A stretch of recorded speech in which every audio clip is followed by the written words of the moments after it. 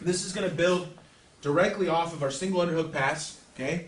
So, you know, all the same process here of churning, opening the guard. I start to get under. We're going to say that I manage to make a grip on the collar, and I have the other grip on the pants, and I'm in a position where I'm ready to begin my pass, but he, once again, opens his leg against my arm, turns his hip out, and makes it harder for me to drive forward and get that knee into his face, okay?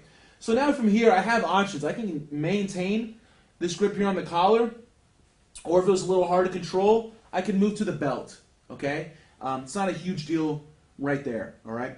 But now this next step is a big deal, okay? First thing I want to do is drive my shoulder into his belly and turn my head the other direction, okay? So now I'm on my toes, my shoulder's in the belly, and I'm looking to the side of the leg that I have wrapped with my arm, all right? Now, I'm going to start my circle around his legs. And from here, first thing I'm going to do is bring my right knee under his butt so I can lock his hip. From right here, I'm trying to pull my elbow to my knee and stay very tight around his hips so he makes it hard for him to shrimp. And I can lock him in this position. Now I'll start to move my arm up and look to get control of his head. And then once I do that, I'll take my arm out from between his legs and go into my full pressure control. Let's do it from the side. So I open the guard, got my grip on the leg, started to develop my single underhook, and he opens here. Okay, and you'll see how he kind of squared himself up too. The more he's on his right side, the more I'm going to be able to work this up and get to the single underhook pass. The more he flattens, I can maybe decide maybe I want to go double under, or I can do the Glover pass. Okay, so immediately on my toes, shoulder in the belly. You'll see I'm safe from the triangle because my arm is down inside his leg, not around his leg. Okay, which is another great benefit of making this grip in the beginning. So then I can have the option of going the other way without being vulnerable in the triangle. All right? So I'm here. My head's looking down. My shoulder is driving against his thigh. And I start to jump and circle around. Now I've let go and bring my knee in under his butt. Okay? So I can slide it and touch my elbow. All right? Now I have a strong lock around his hips, keeping it from moving. Now my arm starts to come up to control the head. Make sure you keep your head down in this process, okay?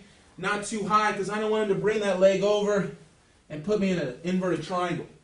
So keep my head down, and then as soon as I can, I take my arm out so I can control his hips. Again, we start our pass. He adjusts and make the belt grip. Drop the shoulder, head looking over, okay? And I'm putting pressure down my shoulder into his thigh right here to help keep him flat, all right? Now, I start to walk around, drive my knee in, come up, control the head, take the arm out, and control. One more time from the reverse. Start to go. It gives me the option. Go the other direction. Slip my elbow to my knee here. The pressure of my shoulder is like this the whole time. Control the head. Out. And we have our pass.